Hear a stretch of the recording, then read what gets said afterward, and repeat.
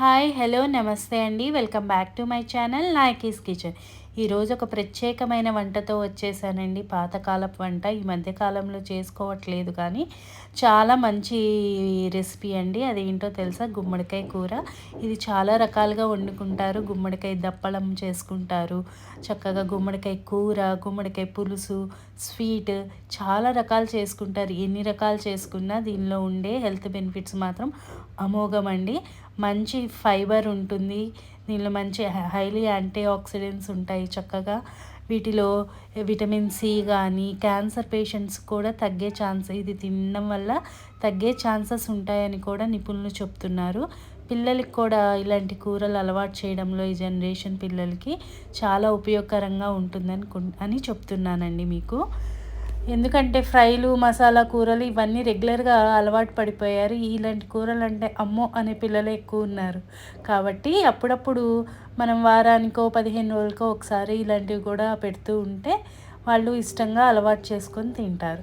So ఇప్పుడు మనం తయారీ విధానికి వస్తే, ఈరోజు నేను కూర వండుతున్నాను.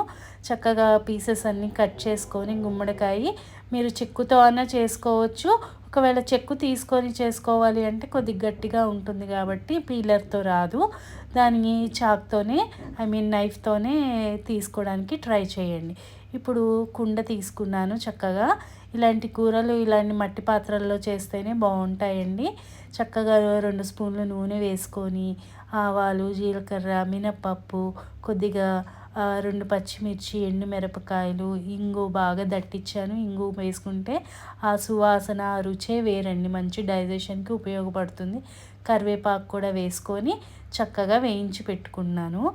మీరు కూడా ఇలా మట్టి పాత్రల్లో వండుకోవడానికి ఇలాంటి కూరలకి ఉపయోగించండి. చాలా బాగుంటాయి. మన పాతకాలం వాళ్ళు, పెద్దవాళ్ళు ఇలాంటివి తినే ఇంకా ఆరోగ్యంగా ఉన్నారని చెప్తున్నాను. రెగ్యులర్గా కాకపోయినా అప్పుడప్పుడన్నా వాడడానికి ట్రై చేయండి. ఇప్పుడు చక్కగా కట్ చేసి పెట్టుకున్న మన గుమ్మడికాయ ముక్కల్ని చక్కగా పోపులో వేసేసుకోవాలి. ఇవేం ముందుగా ఉడికించిన అవసరం లేదండి. మనం డైరెక్ట్గా ముక్కల్ని కట్ చేసి వేసేసుకోవచ్చు. ఎందుకంటే ఇవి ఈజీగానే మగ్గిపోతాయి.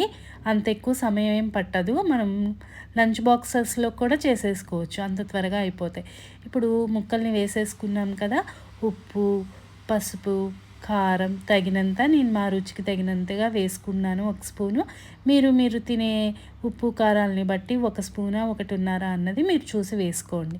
వేసుకున్నాం కదా. ఇప్పుడు కొంతసేపు మూత పెట్టేసి ఒక 2 to 3 మినిట్స్ చూసారా, ముక్క అప్పుడే సాఫ్ట్ అయిపోయింది కదా. ఇప్పుడు మనం ఆల్రెడీ నానబెట్టుకున్న చింతపండు ఉంది కదా. నేను కొద్దిగా ఒక లెమన్ సైజ్ అంత చింతపండుని వేడి నీళ్ళల్లో నానబెట్టుకున్నాను. ముందు చింతపండు ఒకసారి కడుక్కున్న తర్వాత నానబెట్టుకోండి. మన మట్టి అది ఉన్నా పోతుంది. సో చక్కగా కొద్దిగా నానబెట్టుకున్న చింతపండు రసాన్ని అలా పోసుకుంటున్నాను అనమాట. ఈ చింతపండు రసంలో చక్కగా ముక్క ఉడికితే ఉప్పు కారంతో చాలా అమోఘంగా ఉంటుంది. ఒకసారి తిని చూడండి. నేను చేసిన విధంగా చేసి చాలా అమోఘంగా వస్తుంది. మీరే చెప్తారు. చూసేలా కలర్ కూడా ఎంత బాగుందో. చక్కగా బెల్లం వేసుకున్నానండి. బెల్లం వేసుకోవడానికి ప్రిఫర్ చేయండి. బెల్లం లేకుండా తింటే గుమ్మడికాయ కూర తినచ్చు. కాకపోతే బెల్లం వేసుకొని తింటే ఆ కూర అనేది చాలా బాగుంటుంది. జాగ్రీన్ కూడా మంచి ఐరన్ కదా, బాగుంటుంది అని చెప్తున్నాను. బెల్లం వేసుకున్నాను. చక్కగా బెల్లము, చింతపండు రసం, ఉప్పు, కారం, పసుపుతో చక్కగా ముక్కలు అన్నీ అక్కడక్కడ మ్యాష్ చేసుకున్నాను నేను. మీకు ముక్క కావాలి అనుకుంటే ఉంచుకోండి, లేదు అంటే సగం మ్యాష్ చేసుకున్నాను, సగం ముక్కలు ఉంచుకున్నాను. చూసారా ఎంత సాఫ్ట్ అయిపోయినాయో. దీన్నేం మనం ఉడకపెట్టుకోక్కర్లేదు. అంతేనండి, మన గుమ్మడికాయ కూర అయిపోయింది. వేడివేడిగా సర్వ్ చేసేసుకోవడమే. చక్కగా వేడి అన్నంలో నెయ్యి వేసుకొని ఫస్ట్ ముద్దతో తినేసేయండి. అమోఘంగా ఉంటుంది. సో మీకు నచ్చిందా? అయితే లైక్ చేసి షేర్ చేస్తే మీలాగే ఇంకొంతమందికి ఈ వీడియో రీచ్ అవుతుంది.